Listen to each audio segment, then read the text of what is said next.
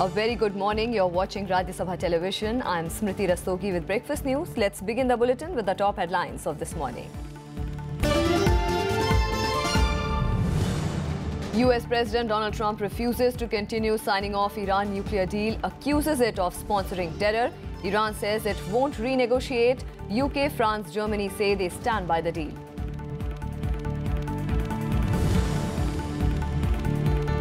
Home Ministry says deportation of illegal immigrants has to be dealt with only by the centre. Assertion after Supreme Court decides to give detailed hearing to Rohingya plea.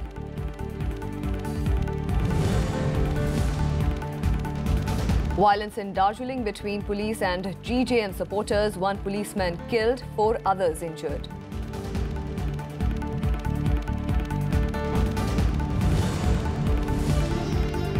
BJP Central Election Committee expected to meet to finalize party's nominees for the upcoming Himachal polls. Congress sets up 3-member screening committee to select candidates.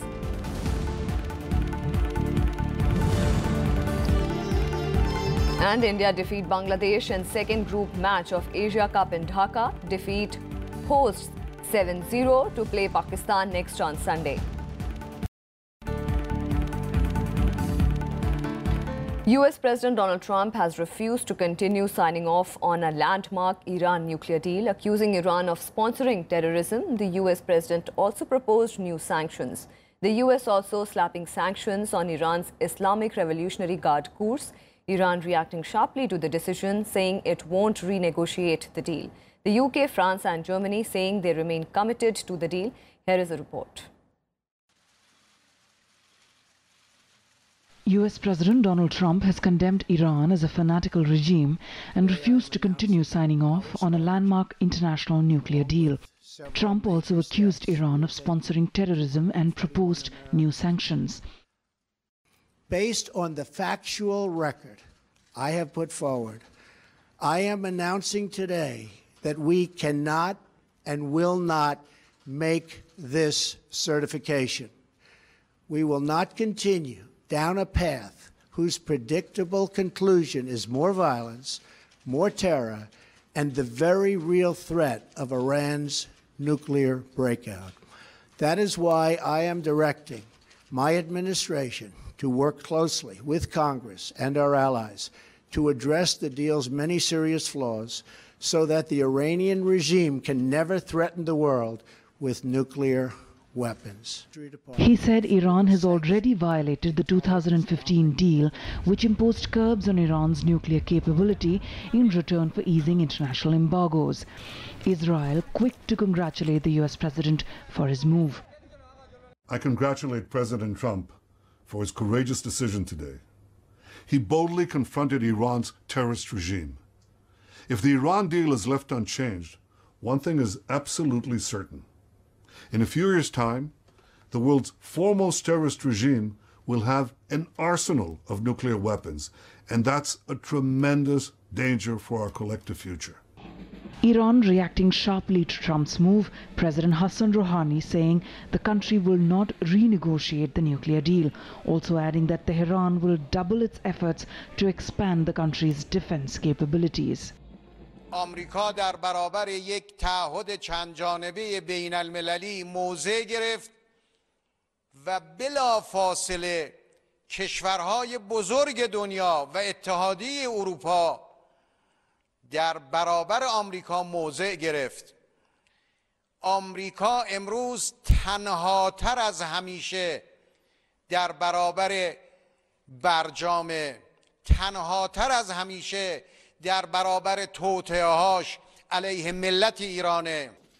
The leaders of France, Britain and Germany warned the United States against taking decisions that could harm the Iran nuclear deal. Because this is a UN Security Council resolution. This is a plan of action that sets things to be done, commitments, nuclear-related commitments, and only nuclear-related commitments, and that is being implemented. So the President of the United States has many powers, not this one. The future, I believe, as I said, the rest of the international community and for sure the European Union will preserve the agreement. Russia said it remains committed to the deal and is opposed to the use of aggressive and threatening rhetoric in international relations. Congress requires the US president to certify every 90 days that Iran is upholding its part of the agreement. Trump has already recertified twice but refused to sign a third time ahead of a Sunday deadline. Congress now has 60 days to decide whether to pull out of the nuclear deal by reimposing sanctions. Bureau Report, Rajya Sabha TV. Meanwhile, US President Donald Trump has said that Pakistan tremendous advantage of the US over the last few years, but is now starting to have a real relationship. Trump's remarks came a day after Pakistan secured the release of an American-Canadian family from the clutches of Haqqani terror network 5 years after they were abducted. The operation by Pakistani forces was based on intelligence from the US authorities. He said their release was a positive moment for the US relations with Pakistan. Trump had slammed Pakistan for its continued support to terrorist groups and warned Islamabad of consequences if it continues to do so, while announcing his Afghan and South Asia policy in August. Yesterday, the United States government, working with the government of Pakistan, secured the release of Caitlin Coleman, Joshua Boyle, and their 3 children from captivity from the Haqqani network, a terrorist organization with ties to the Taliban. The Pakistani government's cooperation is a sign that it is honoring America's wish that it do more to provide security in the region. And Finance Minister Arun Jaitley has raised the issue of reforms in the H-1B and L-1 visa processes during his talks with US Treasury and Commerce Secretaries. He also asked them to appreciate the contributions of Indian professionals to America's economy. Jaitley, who is in the US on a week-long tour, held bilateral meetings with his US counterpart and Treasury Secretary and US Commerce Secretary. They discussed Indo-US economic cooperation, in particular, how bilateral trade and investment can be improved between the two countries. The finance minister made a strong case for the reforms in H-1B and L-1 visa processes and social security contribution so that high-caliber Indian professionals serving America's interest are not unfairly deprived of their well-earned money. While attending an event organized by the US-India Strategic and Partnership Forum, the finance minister said that India has the potential to grow at a reasonably high level in the next decade or two, crediting to the structural changes made by the government and a turnaround in the global economy. And the World Bank has praised reforms carried out by the Modi government to boost the economy, terming the reforms as significant. World Bank President Jim Yong Kim has said that the results would reflect in the long term. Kim made these remarks while speaking at the start of the annual meeting of the IMF and the World Bank in Washington. The World Bank has hailed the reforms undertaken by the central government to strengthen the Indian economy. World Bank Chief Jim Yong Kim said that reforms carried out by Prime Minister Modi have been significant. He added that the results would be reflected in the mid- and long-term growth figures. Speaking at the start of the annual meeting of the IMF in Washington, Kim said that the slowdown in the economy was temporary. He also praised GST as a good move by the government. Our team feels that the slowdown has been the result of waiting for the passage of the goods and services tax. Prime Minister Modi took a very different approach to our doing business report. And his approach was, we are going to move up quickly and we're going to do the things that we need to do to reform the business environment. And the actions that he's taken are really quite substantial. So we'll wait to see what happens on the doing business report this year. But we've been very encouraged with the reforms that he has already taken. The World Bank chief's statement comes a day after it downgraded India's growth forecast from 8.6% in 2015 to 7% in 2017 because of disruptions by demonetization and GST. IMF too lowered India's growth projection to 6.7% in 2017, 0.5 percentage points less than its two forecasts. Meanwhile, IMF chief Christine Lagarde underlined the need to redouble the efforts to create a more inclusive global trading system. She said such a system would benefit every economy in the world. Our suggestion is that it is not time to be complacent. It's time to take those policy decisions that will actually enable more people and more countries to benefit from that recovery that should be made sustainable. Just last week, the World Bank chief had said that the recent slowdown in India's economic growth is short-term and an aberration mainly due to the temporary disruptions in preparation for GST. Bureau Report, Rajya Sabha TV. At least 11 Indians have been reportedly missing after a cargo ship sank off the coast of Philippines in the Pacific Ocean as a typhoon churned into the region. The 33,205-ton Emerald Star had 26 Indians on board. The Japanese Coast Guard said it had received a distress signal from the vessel early today when it was about 280 kilometers east of the northern tip of the Philippines. 3 other vessels sailing near the area were able to rescue 15 crew members.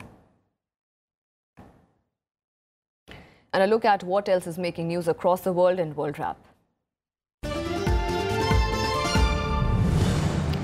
South Africa's Supreme Court of Appeal has ruled that President Jacob Zuma can face prosecution over almost 800 charges of corruption relating to a 1990s arms deal. Zuma had lodged a challenge at the court after a lower court decided in 2016 to reinstate the charges that were previously discontinued by the prosecutors.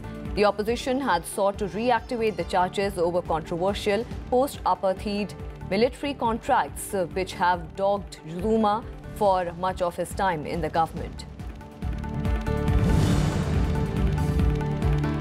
The Anti-Corruption Court in Pakistan has postponed the indictment of Pakistan's ousted Prime Minister Nawaz Sharif, his daughter and son-in-law in the Panama Papers case until October 19th. This after the PMLN lawyers and supporters tried to barge into the courtroom. The National Accountability Bureau had registered 3 cases of corruption and money laundering against Sharif, his family members, and Finance Minister in the Islamabad Accountability Court. Ousted South Korean President Park Geun-hye will be kept in detention for a further 6 months, a Seoul court has ruled. She stands trial in a corruption case that toppled her from the power. Park was impeached in March and has been detained since then while standing trial on multiple charges including abuse of power, coercion and bribery that also involve the country's tech giant Samsung. And the Ministry of Home Affairs has said that the deportation of illegal immigrants, including Rohingyas, has to be dealt with only by the centre as it is essentially an executive function. It also underlined that the questions regarding illegal immigrants need to be examined, keeping in mind diplomatic consideration, internal security situation, demographic changes in the country, and duties of the central government towards its own citizens. The assertion comes after the Supreme Court decided to give a detailed and holistic hearing from November 21st on the government's decision to deport Rohingya Muslims to Myanmar. The Apex Court also observed that a balance has to be struck between national interest and human rights as the issue involved national security, economic interest and humanity. The Supreme Court also said that Rohingya refugee problem was of a great magnitude and therefore the state has a big role. Bharat के जो humanitarian concerns है वो सर्वविदित है। बांग्लादेश सरकार को Rohingyas के शरणार्थियों के उनके रिलीफ के लिए भारत सरकार ने काफ़ी कुछ समर्थन भी दिया है, बट इस प्रश्न को देश की आंतरिक सुरक्षा के कॉन्टेक्स्ट में भी देखकर उचित निर्णय लिया जाएगा। हमारे लिए जहां रिफ्यूजीज की ह्यूमैनिटेरियन कंसर्न्स की चिंता करने की आवश्यकता है, वहीं इस देश के 125 करोड़ नागरिकों की सुरक्षा की भी चिंता करना भारत सरकार की जिम्मेदारी है। The court observed that this is a very important matter involving on the one hand the issues of national security and on the other hand the human rights of these people who are clearly many of whom are women, children, old people, etc. And therefore the court will need to hear this matter at length. They have fixed it therefore for hearing on the 21st of November.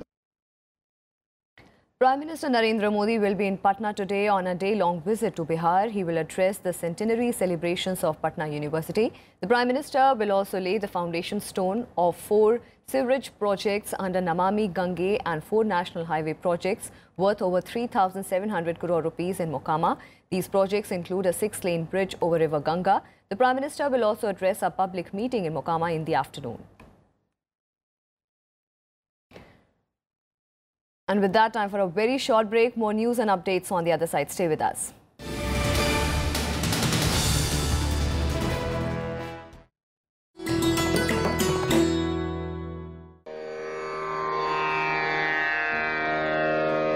The sacred relics of Buddha were unearthed in Piprava in Uttar Pradesh. Buddhist monks from all over the world visit the National Museum to pay their respects. These charred bone fragments of Buddha are housed in the gold canopy gifted by the royal family of Thailand.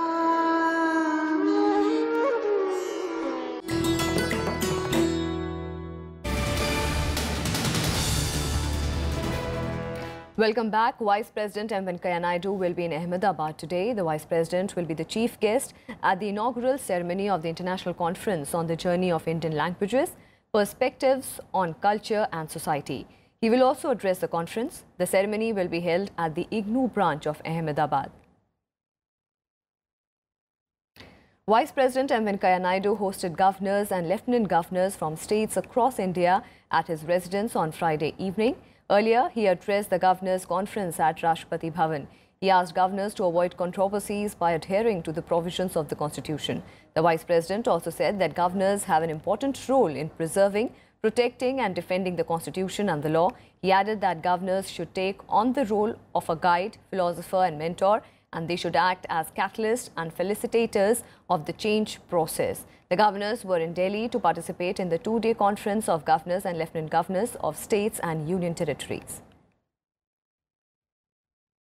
The Supreme Court has referred the matter of entry of women into the inner sanctum of Kerala's Sabarimala temple to a 5-judge constitution bench. A 3-judge bench headed by Chief Justice of India Deepak Mishra framed 6 questions for the Constitution bench, including whether the temple can restrict women's entry. The Constitution bench will also decide whether the practice is gender discriminatory and violated the right of equality and religious freedom of women. The Apex Court also framed a question whether the restriction qualifies as an essential religious practice of the Hindu faith, over which the Supreme Court has no jurisdiction. Sabarimala temple in Kerala does not allow mensurating women to enter the premises as the deity, Lord Ayappa, is a bachelor. The Supreme Court has declined to amend an act which prohibits the termination of pregnancy beyond 20 weeks, saying that the issue fell within the legislative realm. The Apex Court, however, sought response from the government on framing of guidelines for setting up a permanent mechanism for expedient termination of pregnancies beyond 20 weeks in exceptional cases. The top court was hearing a plea seeking amendment of the 1971 Medical Termination of Pregnancy Act for abortion of fetus older than 20 weeks involving rape survivors and women with abnormal fetus. A bench comprising Chief Justice Deepak Mishra and Justice A.M. Khanwilkar and D.Y. Chandrachud issued notices to the Ministries of Health, Women and Child Development and Medical Council of India. And the BJP Central Election Committee is likely to meet today to finalize the party's nominees for the Himachal Pradesh Assembly elections, which is scheduled to take place on November 9th. Top party leaders, including Prime Minister Narendra Modi and BJP President Amit Shah, are among the members of the committee. The BJP is seeking to capture power in Himachal Pradesh, which it had lost to the Congress in 2007 assembly polls. Himachal Pradesh has a 68-member assembly with a history of throwing the incumbent party out of power. BJP is yet to announce its chief ministerial face, while Congress has selected Chief Minister Veerbhadra Singh for the top post in the state again. The Congress on Friday set up a 3-member screening committee for the selection of candidates for the upcoming Himachal Pradesh Assembly elections. The chairman of the Congress screening committee will be former MP Jitendra Singh, while MP Gaurav Gogoi and MLA Vijay Inder Singla have been nominated as its members. The panel will screen the Congress candidates for the 68 assembly constituencies before their names are approved and recommended by the State Election Committee for the final nod from the party leadership. The Election Commission on Thursday announced that polls for the state would take place on November 9th and the counting will be held on December 18th. The Congress party is extremely confident of winning both the elections in Himachal Pradesh and Gujarat. In both states, we have seen tremendous response after Rahul Gandhiji's rallies. In Himachal Pradesh, after declaring the current Chief Minister as our face in the upcoming elections. Himachal की जनता का इंतज़ार ख़त्म हुआ और हिमाचल की पुकार भाजपा सरकार का समय शुरू हुआ। हिमाचल की जनता ने 2012 के चुनाव के बाद हर चुनाव भारतीय जनता पार्टी को जिताया, चाहे वो उपचुनाव हो, चाहे वो शिमला के कॉरपोरेशन चुनाव हो या लोकसभा की चारों सीटें भी भारतीय जनता पार्टी को जिताई हैं। ये अपने आप में दिखता है कि जनता कांग्रेस से दुखी है, त्रस्त है और एक विकास वाली सरकार को चाहती है और विकास के लिए भारतीय जनता पार्टी जानी जाती है। Uttar Pradesh Chief Minister Yogi Adityanath reached Gujarat today for a two-day election campaign. Addressing a rally in Valsad, he attacked the Congress party, calling it a symbol of devastation. He also praised Prime Minister Narendra Modi for development in Gujarat. Uttar Pradesh Chief Minister Yogi Adityanath arrived in Gujarat on Friday to campaign for the BJP ahead of the assembly elections. Adityanath joined his party's Gaurav Yatra in Valsad and lashed out at Congress Vice President Rahul Gandhi, saying the Congress loses every time Rahul Gandhi campaigns for it. वे विकास की बात करेंगे, ये विकास के समर्थक नहीं, ये विनाश के समर्थक हैं। इसीलिए जब इसरत जहां जैसी आतंकवादी गुजरात की धरती में सुरक्षा बलों के द्वारा मारी जाती है, तो उसका समर्थन करने के लिए राहुल गांधी आते हैं। ये कांग्रेस है, ये विकास नहीं, ये विनाश के प्रतीक है। Stepping up his attack on Gandhi, Adityanath said the Gandhi family failed to usher in development in their political bastion Amethi and they cannot be trusted with the development of Gujarat either. 3 पीढ़ी जिन्होंने अमेठी और रायबरेली की उत्तर प्रदेश से नेतृत्व किया, तीसरी पीढ़ी राहुल गांधी के रूप में है। श्रीमती इंदिरा गांधी, श्री राजीव गांधी जी और आज श्री राहुल गांधी भी उसी अमेठी से सांसद हैं। राहुल गांधी ने कभी अमेठी के अंदर कलेक्ट्रेट को बनाने यानी जिला मुख्यालय के निर्माण की कभी सुध नहीं ली। जो अपने संसदीय क्षेत्र में, अपने जिले में कलेक्ट्रेट की नींव नहीं रख सकता, आप उससे उम्मीद करते हैं वे गुजरात के विकास की बात करेंगे। Yogi Adityanath will campaign in the poll-bound state for 2 days to consolidate his party's core vote bank. His visit comes only 2 days after Rahul Gandhi's second visit to the poll-bound state. He's scheduled to address gatherings in South Gujarat on Saturday as part of the Gujarat Gaurav Yatra being organized by the party. Bureau Report, Rajya Sabha Television. On to some more news. The Minister for Communications, Manoj Sinha, has launched the Sampurna Bima Gram Yojana and postal life insurance. Sinha said that under Sampurna Bima Gram Yojana, at least one village having a minimum of 100 households will be identified in each of the revenue districts of the country and will be covered with a minimum of 1 RPLI, that means Rural Postal Life Insurance Policy. The minister also added that under this policy, minimum 20,000 and maximum 5 lakh premiums will be paid. Like this, the people can also take advantage of the postal life insurance. The postal life insurance scheme was started in 1884, but the scheme was expanded after the recommendation of Malhotra Committee in 1995. तो हर जनपद में कम से कम एक गांव जिसमें न्यूनतम 100 परिवार होंगे, इन 100 परिवार के लोगों को इस योजना के अंतर्गत अनिवार्य रूप से आच्छादित कर दिया जाए, इसका प्रयास हम इस बार करने जा रहे हैं। उसी के लिए दूसरी स्कीम हमने लॉन्च किया है।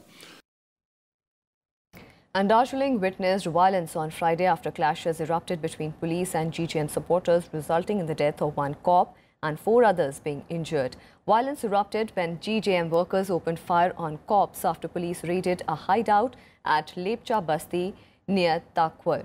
GJM also claimed that 3 of its supporters were killed in the police firing.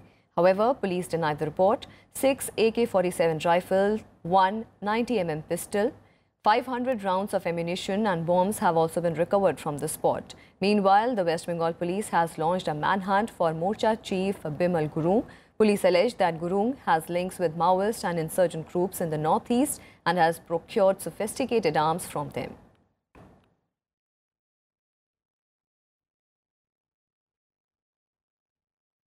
Information আছে that Bimal Gurung has links with Maoist and northeast insurgent groups. ওদের কাছ থেকে যাতে আপনি দেখতে পাচ্ছেন এত হেভি আর্মস অ্যামিনিশন যেটা রিকভার হয়েছে ওদের কাছ থেকে প্রিকোর করেছে for doing anti-national activities. On to some more national developments. The Supreme Court rejected a plea by traders to allow the sale of fireworks in Delhi and the NCR for at least a day before Diwali, even as it voiced its anguish over attempts to give a communal colour to its ban order. A two-judge bench said that relaxing the ban order would be against the very spirit of the verdict passed by the top court. It also directed the Delhi police to implement the order. The apex court also expressed pain over the certain people trying to give its order a political colour after advocate Prashant Bhushan referred to certain statements made by some political leaders. Traders had appealed against the court's order seeking permission to sell crackers for at least a day or two before Diwali on October 19th. Meanwhile, taking a strong stand on the possible rise in air pollution levels due to the use of firecrackers, the Punjab and Haryana High Court ordered restrictions on the bursting of crackers on Diwali Day and limited it to 3 hours from 6:30 p.m. to 9:30 p.m. in Punjab, Haryana and Chandigarh. The High Court further directed that there shall be no bursting of crackers even before and also after Diwali till the next date of hearing. A division bench directed the authorities to deploy PCR vans not only in Chandigarh but also in Punjab and Haryana to ensure public safety and keep an eye on persons bursting the firecrackers beyond the time limit. And on to the sports news. The International Cricket Council on Friday gave the green light to the 9-team Test League and the 13-team ODI League. The move aims to bring context and meaning to the bilateral cricket. The schedules of the leagues due to start in 2019 and 2020 will now be finalized. The Test Series League will see 9 teams play 6 series over the 2 years, 3 home and 3 away, with each having a minimum of 2 tests and a maximum of 5. All the matches will be played over 5 days, culminating in a World Test League Championship final. While the ODI League will be a direct qualification pathway towards the ICC Cricket World Cup and will be contested by the 12 full members in addition to the winners of the current ICC World Cricket League Championship. Our priority has obviously been to develop an international cricket structure that gives context and meaning across all 3 formats, and in particular in the Test series. But we still have to acknowledge that the sustainability of Test cricket is still there's a question mark there. And India has defeated Bangladesh in the second group match of the Asia Cup 2017 in Dhaka. The host lost by 0-7 from the visitors. Gurjant Singh opened the scoring for India, whilst Akashdeep Singh doubled India's lead in the match. Harmanpreet Singh scored twice for the visitors, while Ramandeep Singh also got his name on the score sheet. With this victory, India jumped to top in Pool A with 6 points. On Wednesday, India outclassed Japan by 5-1 in their opening campaign. India will play the next match with Pakistan on Sunday. One of the top players in the world to come, and he's put the goal away. And that's all we have for you in this edition of Breakfast News. Keep watching Rajya Sabha Television.